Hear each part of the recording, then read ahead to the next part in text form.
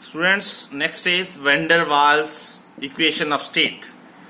This is the equation which is used for real gases.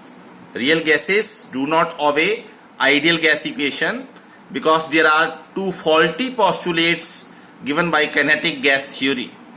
Due to these two faulty postulates, pressure and volume terms in ideal gas equation is incorrect. The pressure and volume given by ideal gas equation is not correct due to the two faulty postulates of kinetic gas theory. First faulty postulate of kinetic gas theory is the volume of the gas particle is taken as zero as compared to the total volume of the gas. But here the volume cannot be neglected. Why? Because if the volume of the substance becomes zero, that means that substance do not exist. Matter anything which occupies space, which means it has some volume. So volume cannot be neglected as compared to the total volume. If the volume is neglected, it means total space is free for the gas particle to move here and there. But the molecules are not free to move in whole volume. Total volume में molecule move नहीं कर सकते. So volume को correct किया, क्योंकि अगर एक कमरे में 10 लोग खड़े हैं तो उनको हर जगह मूव करने के लिए जगह अवेलेबल नहीं होगी, एक दूसरे से वो टकरा सकते हैं. जहां पर बाकी 9 खड़े हैं वहां पर जो लोग हैं वो पूरा का पूरा नहीं घूम सकता. तो वॉल्यूम को करेक्ट करने की वैसे ही हमें जरूरत थी in case of gas particle. तो वॉल्यूम को करेक्ट करके क्या लिखा, V जो आइडियल गैस का वॉल्यूम था माइनस NV. NV का मतलब है ये एक्सक्लूडेड वॉल्यूम है N पार्टिकल का, जहां पर गैस पार्टिकल मूव नहीं कर सकते क्योंकि बाकी गैस पार्टिकल्स ने जगह घेरी है. So this is known as excluded और co volume. So this is the corrected volume. Next is the correction due to intermolecular forces. Kinetic gas theory में हमने पढ़ा कि there are no forces of interaction between gas particle. But ये गलत है because there are some forces of interaction. Why? Because gas particles can be changes into liquid state.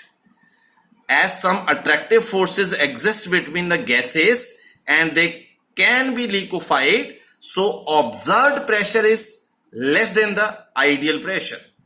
So pressure is corrected. Some correction is there due to pressure. So हमने pressure थोड़ा add किया इसमें, और जो pressure हमने add किया ideal gas pressure में वो कितना था, is equal to AN square over V square. A is van der Waals constant, N is the number of molecules and V is the volume.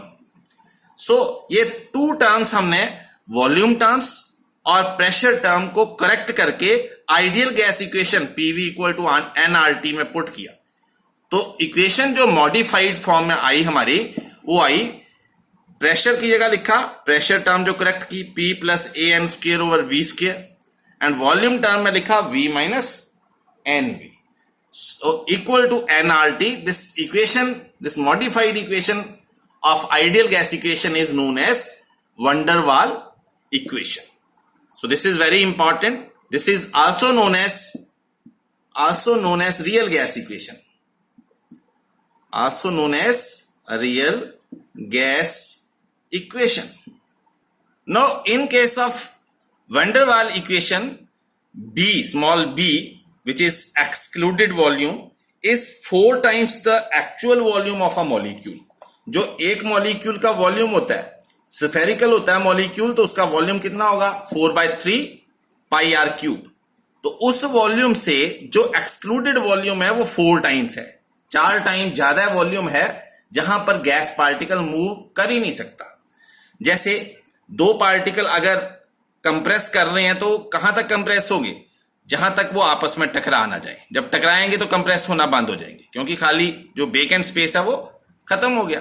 तो अब ये गैस पार्टिकल यहां move कर रहा है, तो इसका मतलब है जो बाकी स्पेस है उसके लिए क्या है, जहां पर वो मूव नहीं कर सकता, इज एक्सक्लूडेड वॉल्यूम। अब ये जो एक्सक्लूडेड वॉल्यूम दो मॉलिक्यूल बाई मॉलिक्यूलर कोलिजन के लिए आया, दो मॉलिक्यूल के लिए पर पेयर, एक पेयर के लिए वो होता है 4/3 पाई 2r3, बिकॉज इस एक्सक्लूडेड वॉल्यूम की रेडियस क्या हो जाएगी, r प्लस r 2r, ये एक्सक्लूडेड वॉल्यूम की रेडियस। तो दो मॉलिक्यूल मतलब एक पेयर के लिए जो एक्सक्लूडेड वॉल्यूम आया, जहां पर वो मूव नहीं कर सकता, वो आया 4/3 पाई 2r3। अब एक मॉलिक्यूल के लिए कितना आएगा, इसका हाफ। तो एक्सक्लूडेड वॉल्यूम पर molecule is half of the excluded volume of the pair of the molecule, तो इसका हाफ कर दिया। अब 2 क्यूब मीन 8, और इसको काट दें तो ये क्या आएगा 4 into the 4/3 pi r cube, which mean the volume of A molecule. So excluded volume is 4 times the volume of a molecule. So this is proved. ये पूछ लेते हैं आपको कि prove the excluded volume is the 4 times the actual volume of a molecule. Next is the significance and the unit of van der Waals constant A and B. This is also very important question. Van der Waals constant A help us to know the forces of interaction. If value of A is more, it mean more the forces of interaction, and more the forces of interaction mean gas easily liquefied. Gas particle के बीच में अगर forces ज्यादा हैं तो attraction ज्यादा होगी और वो गैस इजिली लिक्विफाई हो जाएगी। ओके, अब हमने प्रेशर टर्म को करेक्ट कैसे किया था, P dash equal to AN square over V square लिखकर। तो यहां से A क्या आ जाएगा, P V square over M square. अब P प्रेशर एटमॉस्फेयर में होता है, वॉल्यूम लीटर में होता है, और ये नंबर ऑफ मोल्स हैं, तो यूनिट क्या आ जाएगी, एटमॉस्फेयर लीटर स्क्वायर पर मोल स्क्वायर।